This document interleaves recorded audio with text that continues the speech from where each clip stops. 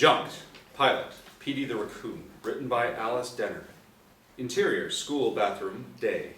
Petunia, Petey, Durand, 16, leans into the mirror and swipes bright pink lipstick across her lips.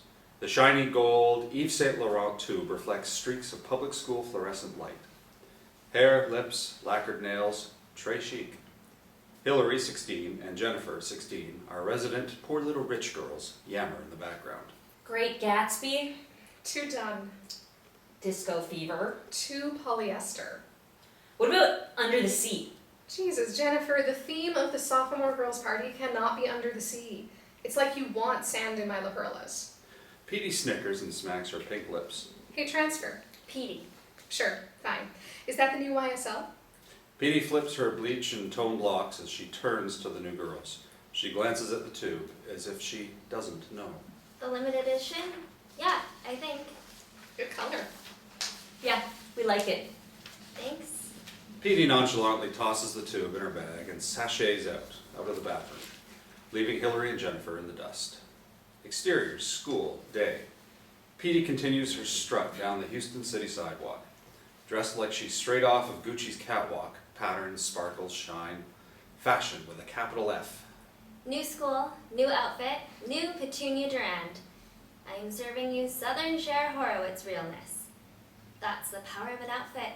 It tells the world whatever you want to say. Feeling a little whimsical? How about some polka dots? Ready to be the head bitch in charge? Toss on the tallest patent leather shoes you got and let him suffer. Exterior, street, day.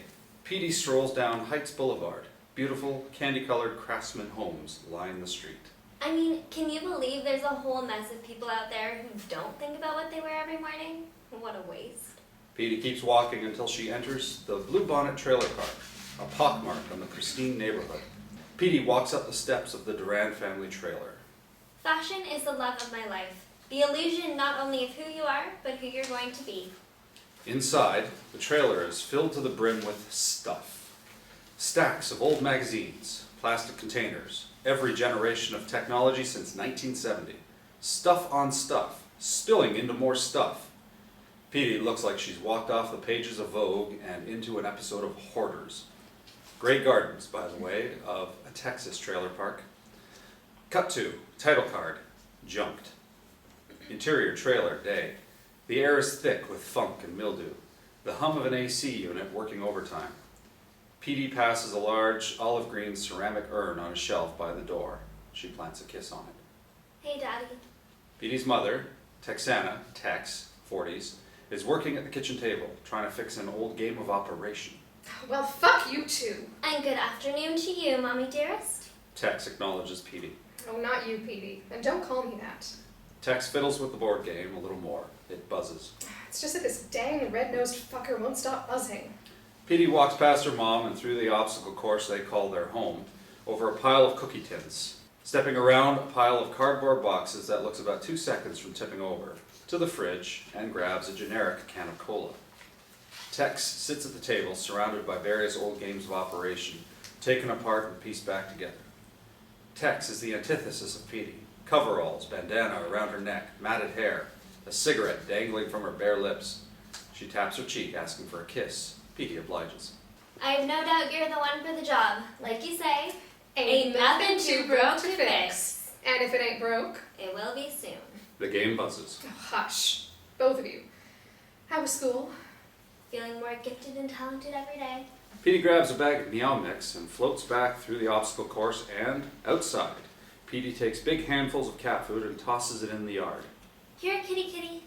As if from nowhere, 10 cats appear in front of the trailer. She picks up a grumpy calico.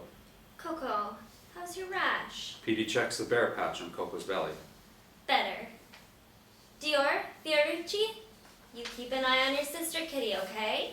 Petey turns and heads back inside the trailer. As Petey walks past her mom to the back of the trailer, Hey, later on I'm going to need you to help me with the pickup. Mama, It's just a little desk. a little desk. I don't care if it's a desk for a flea. We agreed 1 purchase per week.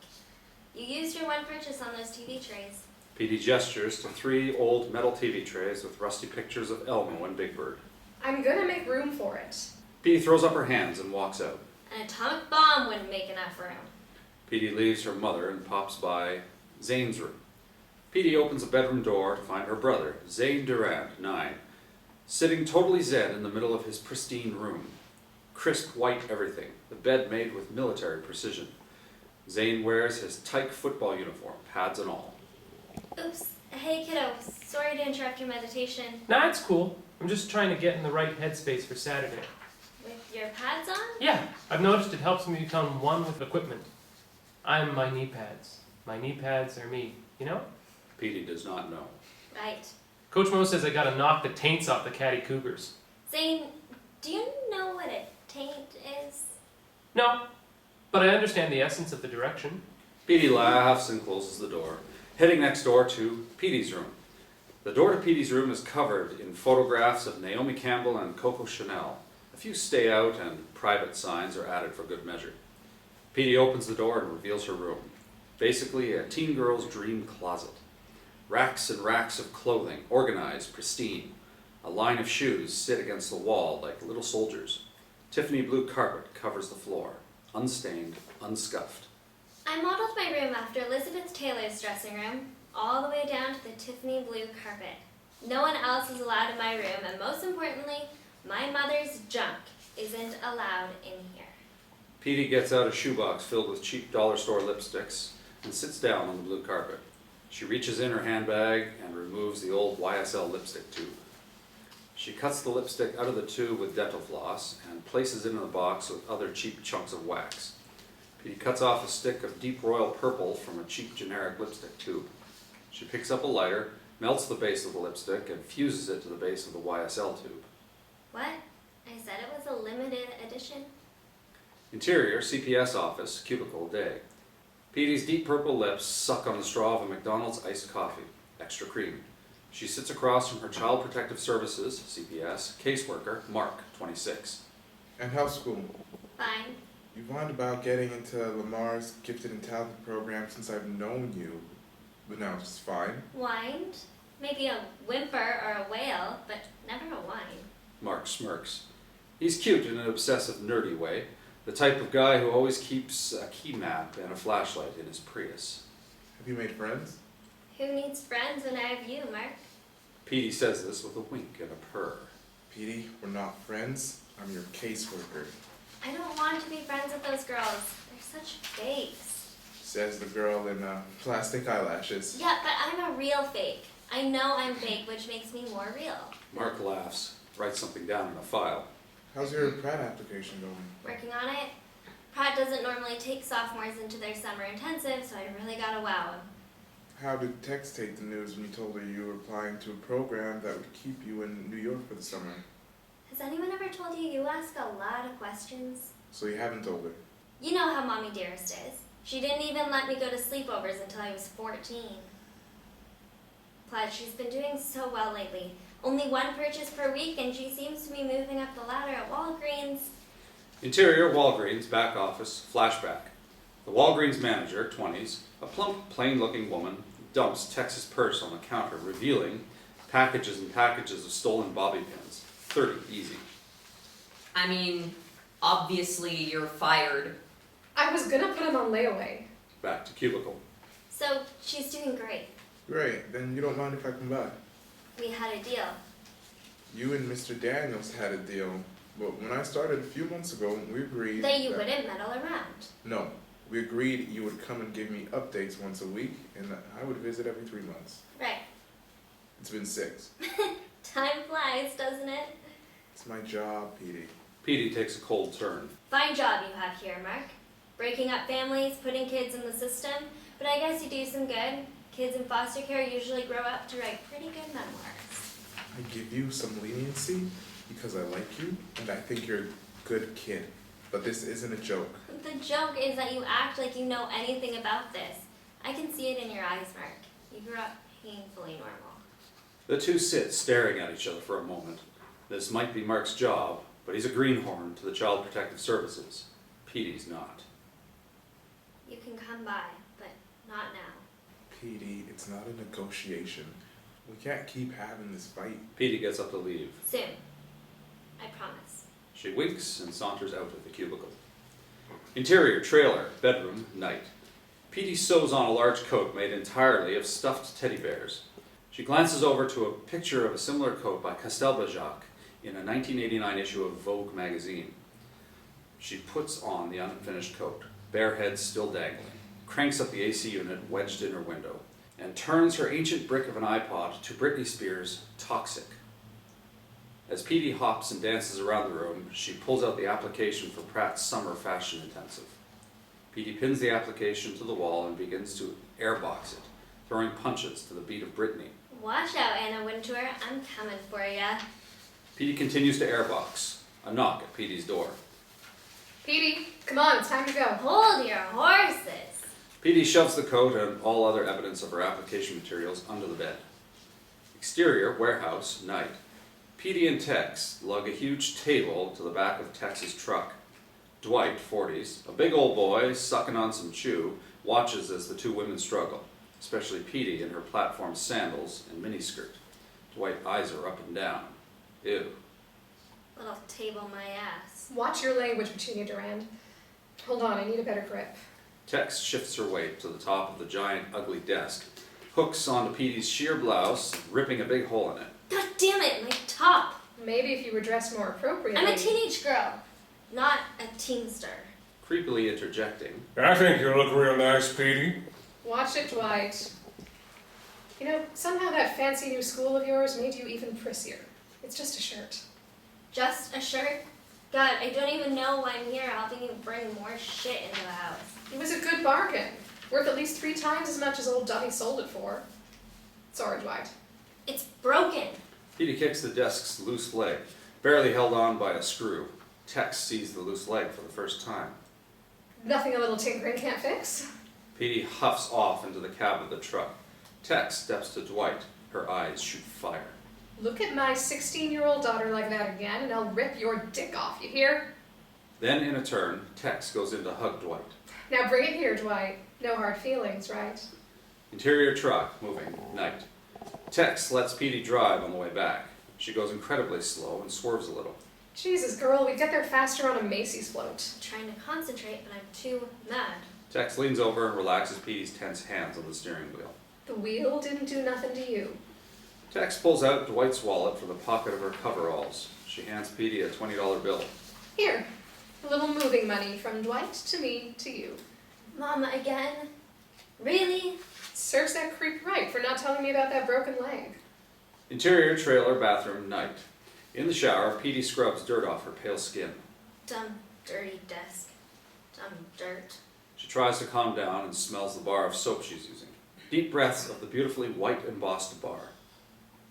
Interior, elementary school, classroom, flashback. Little Petey, 8, sits at a big desk with other children. Her clothes are spotty and stained. The other little kids, led by a raven-haired pretty girl with a perfect French braid, are refusing to sit next to Petey. But she smells! Yeah, like a garbage can. Yeah, like a garbage can of garbage. Petey the raccoon! Petey tries to hold back tears. The teacher, Mrs. Toft, 20s, looking like Teacher Barbie, approaches. Enough! Sit down before I move y'all's clothespins down a notch. The kids reluctantly sit next to Petey at the table. After class, Mrs. Toft has called Petey up to her desk. Does your mom wash your clothes, honey? Sometimes. Recently? Petey shakes her head. No. She hasn't left the house in a few weeks. Mrs. Toft hands Petey a fistful of quarters. Thanks, but last time I walked to the laundromat by myself, she got mad. Mrs. Toft thinks for a moment.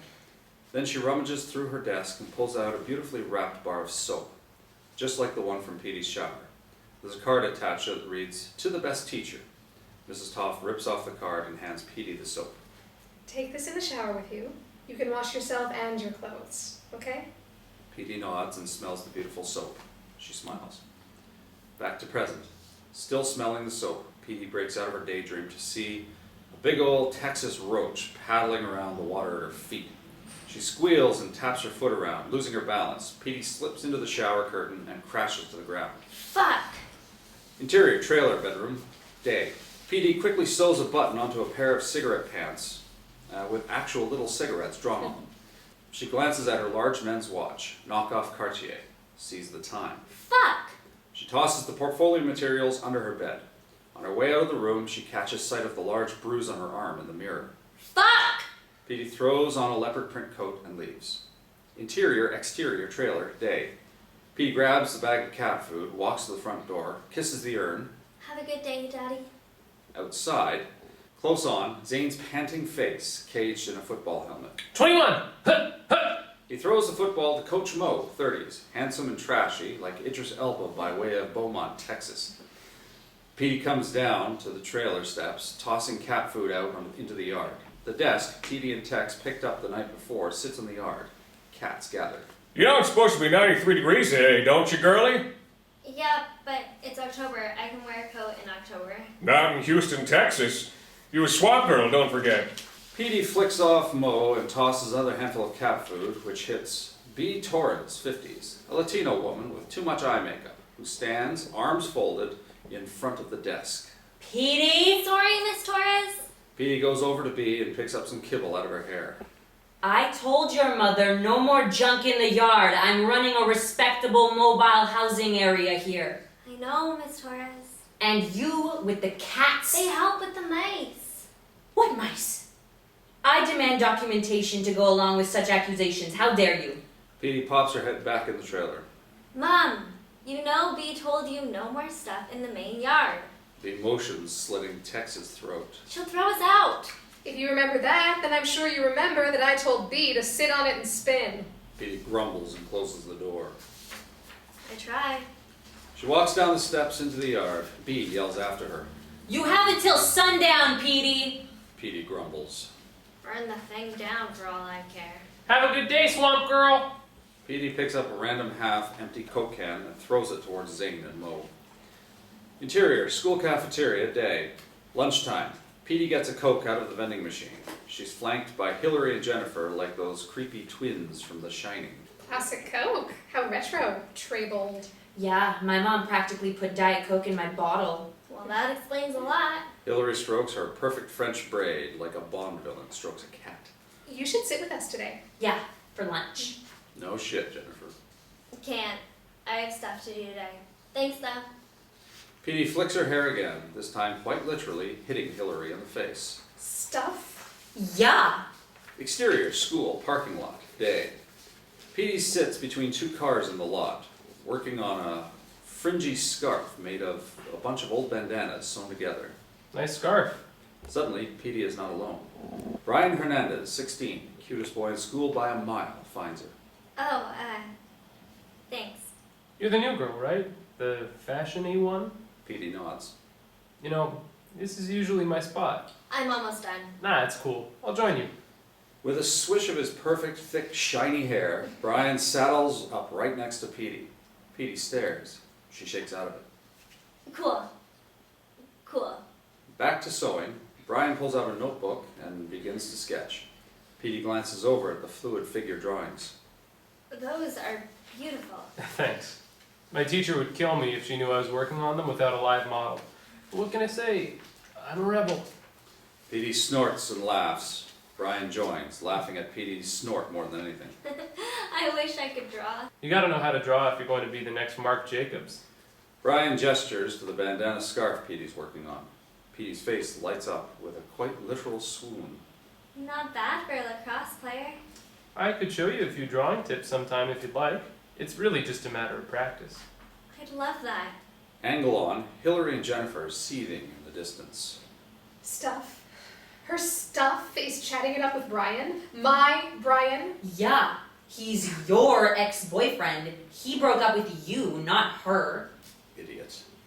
Who does this bitch think she is? Coming in here all new and shit with her fancy clothes. Yeah, and her dumb soft hair. Nuh-uh, not happening. Exterior, trailer, day. After school, Petey approaches the trailer and is pleasantly surprised to see the desk is gone. Interior, trailer, day. Petey comes in to find Tex admiring her desk situated awkwardly in the living room. Ain't she pretty? Conveniently located in front of the couch, too, I see. Well, that way you can sit on the couch and work instead of some old ugly desk chair. I should get a desk chair too, just in case. Better for the back. Petey goes to the fridge to get her after-school cola. Hey, Mama, what happened to the bucket of stuff that was there? The Mr. Bubbles collection? You look real pretty today, baby. Did you get rid of them like we talked about? Tex goes back to wiping down the desk. Petey is getting annoyed. Mom, where is it? Now, Petey, I promise I'll move them as soon as... But before she can finish, Petey tears off to her bedroom to find an immense 3-foot pile of old mildewed bottles right in the middle of the room. One of the boxes has tipped over. Bottles of old soap pour out onto the pristine Tiffany blue carpet. Petey scrambles to try and pick it up. No, no, no. Petey snatches her Pratt portfolio from under the bed, but it's too late. The clothes are soaked and stained, sitting in a puddle of pink and purple Mr. Bubbles. It's ruined. Tex looks on from the doorway. I ask you for one thing, to keep your stuff out of my room. But you can't even do that for me. You come in here and fuck up my shit because it's more important that there's room for a fugly broken desk. You ruin everything! Petey kicks a pile of soap bottles with her clunky shoes. What's all that under your bed? It's supposed to be my portfolio for a summer program in New York. But it's nothing now, just more garbage. You're planning on running off to New York for the summer? No. I need you here. You have responsibilities. Putting the antiques up on the eBay shop, taking Zane to football. Who's going to watch my Ricky Lake tapes with me? You're impossible. Don't you think this is something you should have asked me about? You never tell me anything. I am your mother. Then why am I always taking care of you? The two stare each other down. I am trying my best here with what I've got. Petey puts her hand up to stop her mother's rant. Don't. Tex stands there, hurt, pissed. I'm going to lie down. I don't feel very good. Tex leaves the room. Interior trailer, flashback. Young Petey, 12, stands in the kitchen begging Tex as Tex puffs away on a cigarette. Please. Absolutely not. A class trip all the way in Washington, D.C. You know how you'd have to get there. A plane. In the sky, Petey. And what if you got lost? D.C. is rife with terrorists these days, domestic and foreign. I'll be fine. I saved up my cat-sitting money from Miss Gloria and everything. I knew I shouldn't have let you have a job. Made you think you're all grown and whatnot. Plus, I'll miss you too much. Young Petey is not fazed by this. Please! We're supposed to go to the Smithsonian. One of them has the Campbell soup dress. Petey makes big, sad eyes. You'll call every 30 minutes? Yes, yes! Every 15 even. Interior trailer, flashback. Young Petey runs from room to room with her bag packed for the trip. She runs into Tex's bedroom, where Tex is laid up in bed, sick. Tex coughs and hacks.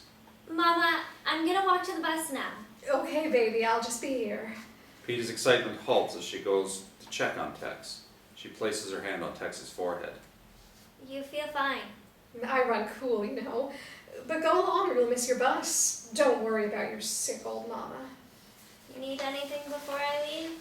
No, I'll start feeling better when you're back, I'm sure. Could you... no, never mind, you have to go. Petey sighs and walks out of the room, only to return moments later without her backpack. She hops into bed with Tex. Washington, D.C. isn't going anywhere, I guess. You're the best daughter I could ask for. We'll go together someday. That'll be more fun. Petey pushes through the tears welling in her eyes and manages to smile. Interior bedroom, trailer, back to present. Teenage Petey hugs the pink and purple stained teddy bear jacket as tears well up in her eyes. We pull out to see Petey's bedroom, truly for the first time. The carpet isn't Tiffany blue, rather a smoggy gray. The pristine racks of clothes are in reality large, messy piles of fabulous but haphazardly organized clothing. The line of shoes, like little soldiers, are actually an old basket overflowing with mismatched Gucci-ish loafers, sparkling sandals, and well-loved pumps. The walls are covered with magazine cutouts of models, clothes, and most importantly, right next to Petey's bed, a framed photo of Liz Taylor's dressing room, complete with Tiffany blue carpet. Interior trailer montage the next morning. Zane slips a note under Petey's bedroom door that reads, "School?" Almost immediately, Petey passes the note back, ripped in half. Zane walks past Tex's door, also closed. Zane eats a bowl of cereal by himself. Real mature, guys. Interior trailer, bedroom, day. Petey lays in bed, surrounded by the stained clothes from her Pratt portfolio. She gets a text from Mark. Late? Petey jumps out of bed in a panic. her feet stepping on the soap-soaked carpet as she hustles to get dressed. Shit!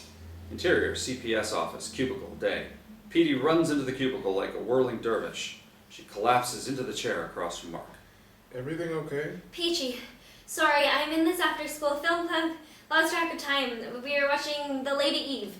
That Barbara Stanwyck sure could wear a shoulder pad. Petey? Yeah. What? Sorry, I'm late. What's on your arm? Mark gestures to the large, whopping bruise from Petey's battle with the bathroom roach. Oh, that? I fell. Mark makes a face. I know that's what people say when it's something else, but really, I fell. This huge roach decided to soap up with me in the shower the other night. Petey laughs. Mark doesn't. I think we need to go talk to Tex. Mark, don't you just trust me? Cut to exterior street, day. Petey hooks it down the sidewalk as fast as she can run. Just when I have everybody believing I'm wearing Da Vinci, my Forever 21 tag starts hanging out. She halts to take off the glitter platform, slowing her down, and continues running. Interior trailer, Tex's room, day. Petey bursts into her mom's room where Tex lies in bed, zoned out to an episode of Ricky Lake. Curtains drawn, food trash everywhere. Petey starts throwing clothes on Tex. You gotta get up. I'm sick. Tex pulls her robe close tighter, sinking deeper into the bed. Mark is coming here after his lunch break, so, like, right now. And you're supposed to be at work, like, you know, an adult. Tell him to come another time. I can't. Tell him to keep his nose out of here. Tell him, Petey. Petey starts the fruitless task of cleaning up, pushing piles and piles of things into closets and drawers. Hey, stop that. Tex gets up and tries to undo any cleaning Petey accomplished. I won't know where anything is. Tex tries to grab a bag of old hairbrushes from Petey. Well, if you don't help me and get out of here, you won't know where Zane and I are either. You're being dramatic. The two play tug-of-war with the bag until it rips and brushes fly everywhere. Petey lets out a guttural yell. Ugh! You think I meet with Mark every week and tell him you're okay, and I'm okay, and Zane's okay because I'm being dramatic? I looked him in the eye and told him you're all better now, when we both know that's not the case. Tex backs down. Leave. Tex grabs jeans, a shirt, and her purse and heads out. Interior, exterior, trailer, day. Mark approaches the front door. On the steps, the Meow Mix bag Petey left out that morning is being treated as an all-you-can-eat buffet for 3 black cats. The smallest of the bunch hisses. Mark knocks on the door. Petey answers. Oh, hello, stranger. That little one has a mean streak. That's Dior. She doesn't trust men. Petey lets Mark into the trailer. It's pitch dark. Every light in the trailer is turned off, save for one teeny tiny table lamp illuminating the clean side table. Can we flip a switch? I'm trying to cut back on artificial light. It blotches the skin. Mark reaches for a light switch by the door. Petey tries to stop him, but she's too late. The lights come on and reveal large piles covered with sheets. We're painting. Mark takes a sheet off a pile.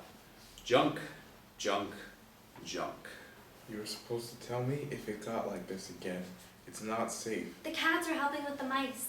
Mark looks around. He wanders back to, Wait, don't. but it's too late. Mark sees it. All her junk. Petey, when did this start? Petey leans on the doorway. What's the problem? It's my work. How I make clothes.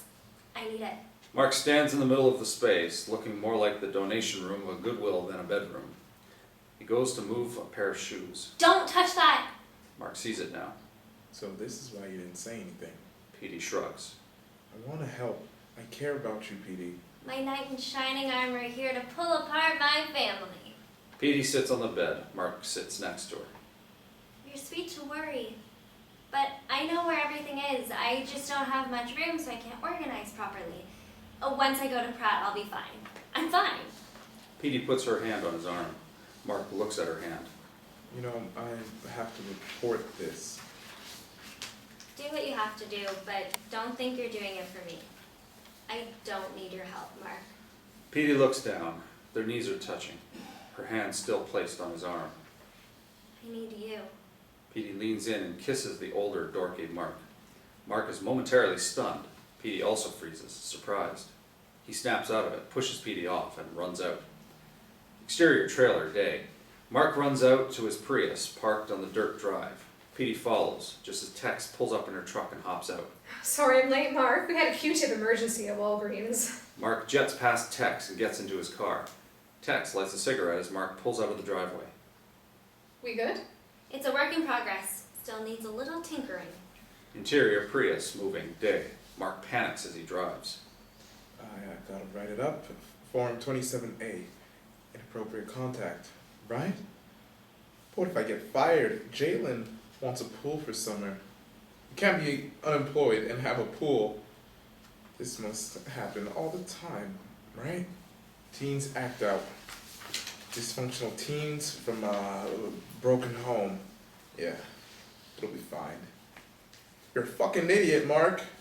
He looks down at his hands on the steering wheel, a dent where his wedding ring should be. Motherfuck. Interior McDonald's the next day. Petey sits in one of the hard plastic McDonald's booths, licking a soft serve cone, the ring on the thumb of her hand. Mark sits across from her in the booth, stewing. I'm transferring your case. I'm not going to report it, but I think our relationship, our situation should end here. Is that what you really want? Angle on, Petey's patent leather pump clad foot making its way to Mark's loafer under the table. He moves his foot away. It's not a matter of what I want, it's what you need. I told you what I needed. This isn't just about text anymore. You're displaying some real troublesome tendencies. So you're just gonna push them off to someone else? No, it's just you breached our agreement, Petey. Petey slams her hand on the table. No, you breached it. You came sniffing around when I told you I wasn't ready. You broke this. What was I supposed to do? Petey, you're making a scene. Then help me. Save me. That's what you want, right, Mark? Petey says the words with sarcasm and malice. Don't forget, you kissed me back. Mark leans over. Petey purses her lips, but Mark slips the wedding ring band from Petey's thumb and back on his finger. He stares at her for a moment, ice cream melting down her hand. I'll see you next week. Same time? No touching. Interior trailer flashback. The trailer is almost empty. No mess, no junk. An older CPS agent, Mr. Daniels, 40s, Tex, Petey, 10, and young Zane, 2, survey the almost normal-looking trailer. Good job, Tex. I'm proud of you. I couldn't have done it without my Petey. You always keep me together, Glamourpuss. You always will. Young Petey nestles into her mother's waist for a hug. Okay, Petey, now take your brother out to play. I gotta talk to Mr. Daniels about a few more things. Petey takes Zane's little hand. They leave the room, but just as Petey turns to go into her bedroom, We good? Tex plants a kiss on Mr. Daniels. He kisses her back. Interior bedroom trailer, day. Petey comes home to find Tex on Petey's bed, surrounded by the clothes from her Pratt portfolio. It's handled. Petey sits on the bed with her mother. Tex pats her leg. You're a good girl, you know? Not really. You deserve this. Tex gestures to the portfolio. She picks up the teddy bear coat, now tie-dyed in pink with purple swirls. Wow. I tinkered with it a little. Petey grabs the coat, puts it on. It's fabulous. I love it. Very poochy. Very Tex Durand. Are those from the lot of bears I got you for Christmas? A few years back? Yeah. Tex picks up the fringy scarf Petey worked on at school. And the scarf? Some of your old bandanas? Tex smiles. You know I could help. I'm always finding stuff. I thought you didn't want me to go. I don't. But I do want you to be happy. You know that, right? Petey admires the Technicolor coat in the mirror. Tex looks on in the background. We do make a pretty good team. Always have. Always will. End of episode.